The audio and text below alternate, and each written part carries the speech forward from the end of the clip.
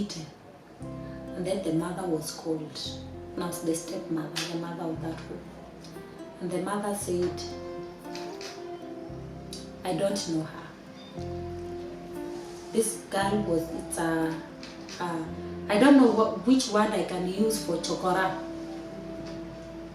This girl is a street child that I was just given from Nairobi to stay with. I don't know her.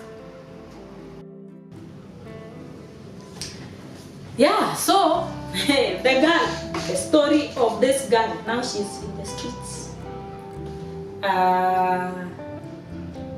But now, at least now she's a bit grown, probably 9 years or 10 or thereabout. So, according to this village, she's a thief. According to this village, she was picked from a street in Nairobi and brought to this woman's home. So that's where she lived. And now she has been kicked out. She slept outside. I don't know why. She has no. She would just fetch water. You know, no matter how people are accused, somehow there are people that believe the other side of the story. So the hotels and the restaurants there would send her to go and fetch water. And then they would pay her. That's how she would pay a place to sleep behind a shop. A shops in the village have a balcony behind, so she would sleep outside. Of course, no one would allow her inside because they think she would steal. But there was a church, Full Gospel Church. There was a church in that village called Full Gospel Church, and that church most times would have keishas. So this girl would go and sleep there because at least the security, there are people. And so where would this girl? She would go to the river and shower from there. Now please note, we are talking about Eastern, we are talking about Kitui. So the river was like 4 kilometers away. It was like 4 kilometers away. So she has to walk, go and come back. But anyway, she has nothing else to do apart from that. So she would go and shower. Where would she eat from? In that market, there were women that used to sell vegetables and fruits. And fruits are cassava or roots. Those are roots. Cassava, matomoko. Matomoko is called what in English? It's just matomoko. So matomoko, I don't know what they are called. Matomoko, mangoes, guavas, what? But anyone that has been into Marigiti, in fact, she remembered recently about this life in the street when she passed through Marigiti and felt the smell.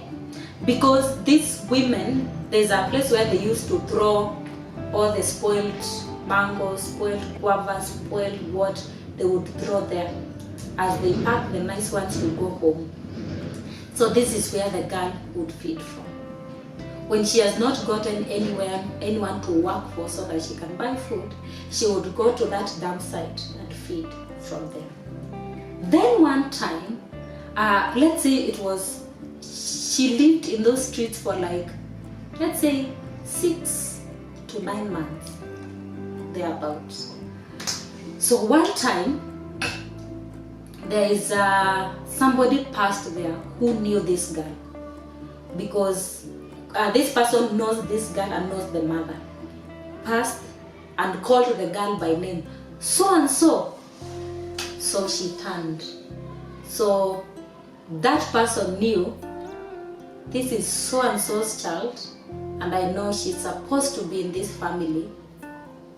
So that person just went. So when that person went back to Nairobi, told the mother of the girl, your child is in the streets. The following day, the mother of the girl was there, picked the girl back to Nairobi. And when the mother of the girl saw this girl, she wept. I think she was filled with compassion, just as Jesus was filled with compassion when he was told that Lazarus, his friend, was dead, and saw people mourning. So this one saw the daughter in the streets, dirty, smelling like pig. She wept, raised the daughter, carried the daughter back to Nairobi. And the mother stayed with this girl. How that was resolved, the girl has no idea. But what she knows is, somehow she did find the father, the stepfather. It was now the mother, 3 siblings, and herself. Somehow the mother was not there. The father was not there. At some point, so back to the life in the city, and the girl is excited again. Gari ya moshi inaenda sana na mzigo wa. But why does she keep on moving from one place to another? Well, she doesn't know. She doesn't know. But anyway, she's happy again. She's in a safe place. At least she's not in the streets. So she stayed with the parents. The house rent for their house was 700 shillings. At some point, the mother could not pay, so they were evicted. So the mother went to live with us, another family, just in Kibera, in a place called Mashimoni. So in Mashimoni, the mother was living in another family with her 4 children.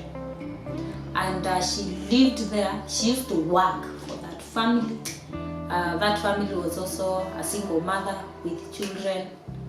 So, but it is the mother that used to work. And this girl, together with her siblings, would not be given food until the other children and their mother have eaten. And then whatever they remain, you know that food, the remains of food that you put together, you put in the dustbin, it will be put together. Then the mother and her children would eat that one. That was how they lived. And for like a month, the mother was able to put her life together again and rent her house for herself. So they went to live. The girl and the mother and her siblings went to live alone. During that time, that family, this girl, the children used to go to a school called Faith Junior Academy. And that was again a school by missionaries or whatever. So this girl got a chance to go to school in that school, class 5. Why? Because of age. At this point, she's around 11, 12, thereabout. She went to class 5. She cannot read, she cannot write. She went to class 5. She picked up from there. So from class 5, she has never missed school. So in class 7, now they are living alone in Line Saba. A house the mother is able to pay. So after, now the father of this girl is present absent, like that. So the mother is able to pay able to pay rent. I don't know whether it was paid by the stepfather or what.